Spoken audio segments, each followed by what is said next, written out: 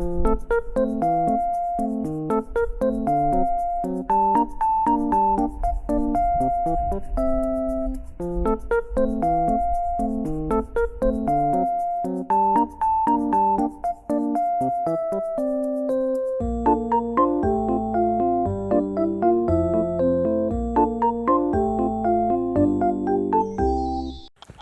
there, I'm Steffi, and today I'm going to share you about my experience living in South Africa for 2 years.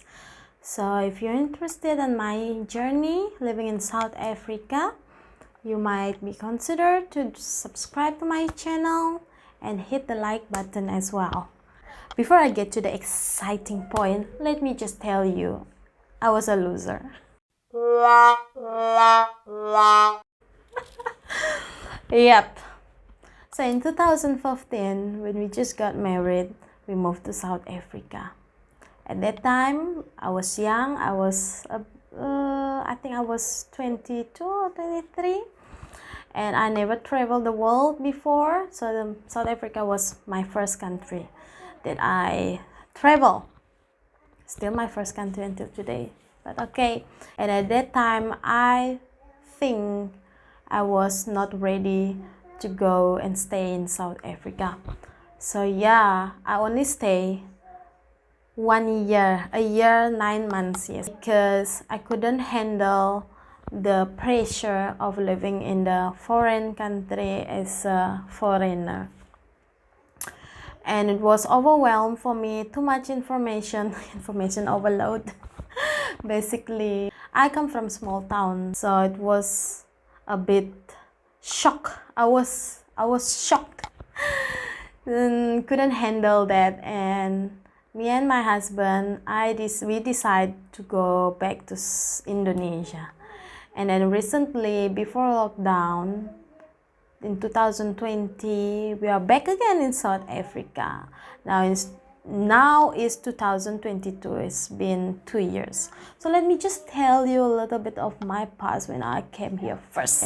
Before I share my exciting part about living in South Africa, let's just go back to my first time arrive in South Africa. It was unknown for me. It was outside of my comfort zone, and I was young, and I didn't know that would be so hard, so difficult to adapt with this new environment. So I was unhappy, and we went back to Indonesia because I was a loser. So we're back in Indonesia, where I come from. It's my comfort zone, it's my people. I know every and each of them, and I live in a small town, so everybody know each other. So we lived there for 3 years, pregnant, have son, and eventually life happened. And my husband need to go back to South Africa because he need to help with his family business. And I mean, 3 years is enough. It was actually, our agreement was 3 years, yeah, that I live in South Africa, in Indonesia, sorry. So our agreement was finished. The time was done in Indonesia. So yeah, we packed our bag and moved back to South Africa just 2 days before lockdown 2020. When I first arrived in South Africa again for the second time, I was 28, more mature, have baby, and you know, in life, in the emotion, I can control it better. And there is no turning back. But it was lockdown.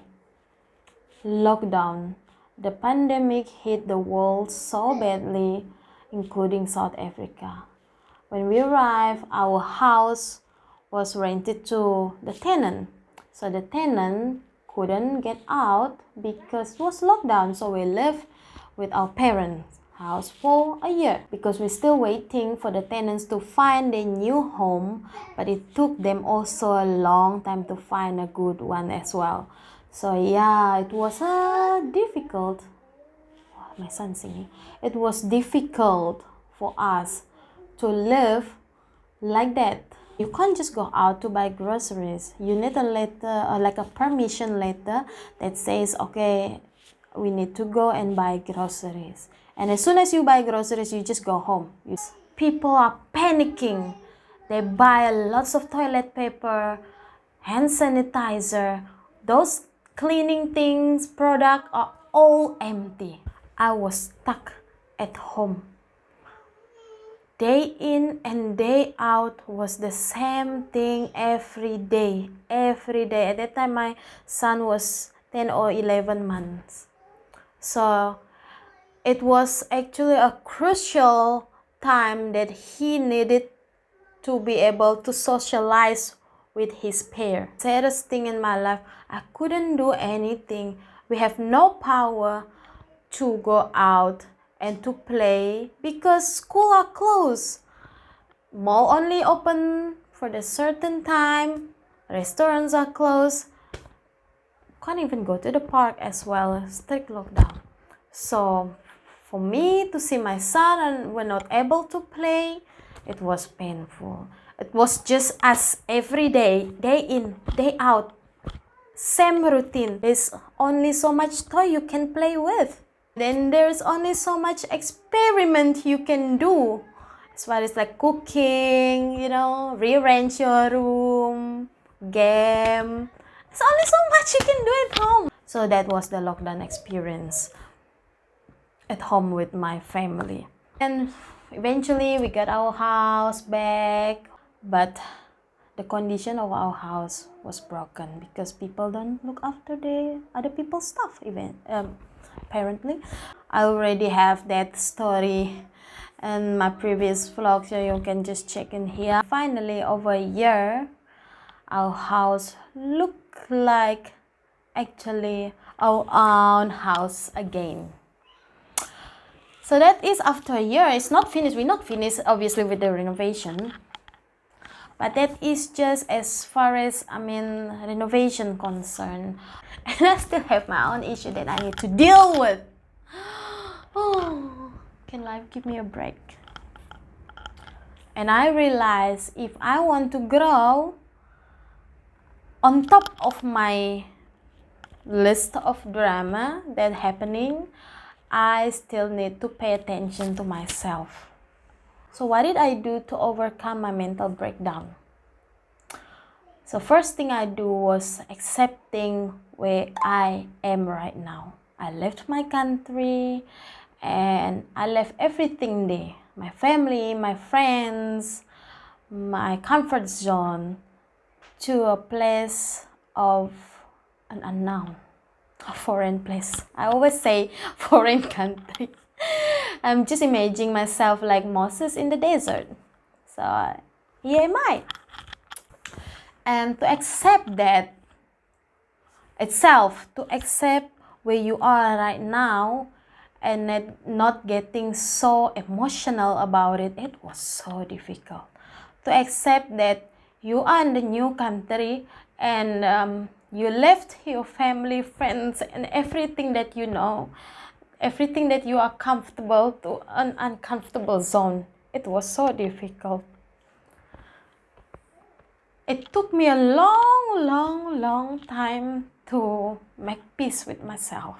It is okay to move on. It is okay if they don't check on you. It's okay that somewhere in the life that friendship are not there anymore. Because life happened. They have their own family, you have your own family. But I was struggle with that a lot actually. Until I'm actually I pray to God that I need the strength to go through this because it's not easy at all. The next thing I do was to have an open-minded to learn about new things. Now I have to learn to make new friends. I cannot stay here and have no friends. People can say they're introvert, they're extrovert, but human, we are mankind, we human, we need to socialize. So I have to learn how to make friends. Does it sound ridiculous? But I feel like I'm old. I don't want to make new friends. That is the thing. I don't feel like doing that, but I need to go out to have coffee with some girls. I need me time. I need girls time. So the first thing was, I reached to my Indonesian community people. Get involved there. It feels better. Get out and have coffee with the ladies.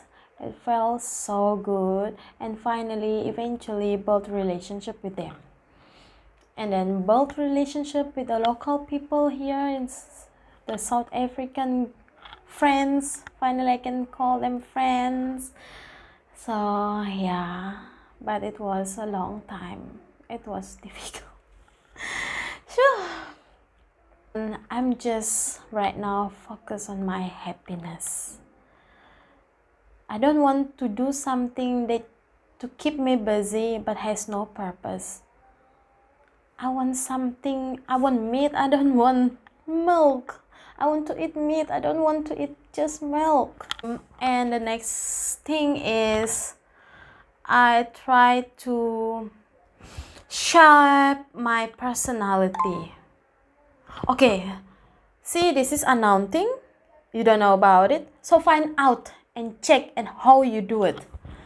You don't know to go there, so find out, check, and how you do it. So that is basically what I did. Try to be brave, try to be confident, try to explore new things. And the first thing I did was my YouTube channel. It's not big at all. You can do it at home. I don't even have a good quality of camera. I don't have all the accessories that I need, all the tools that I need, but I start something.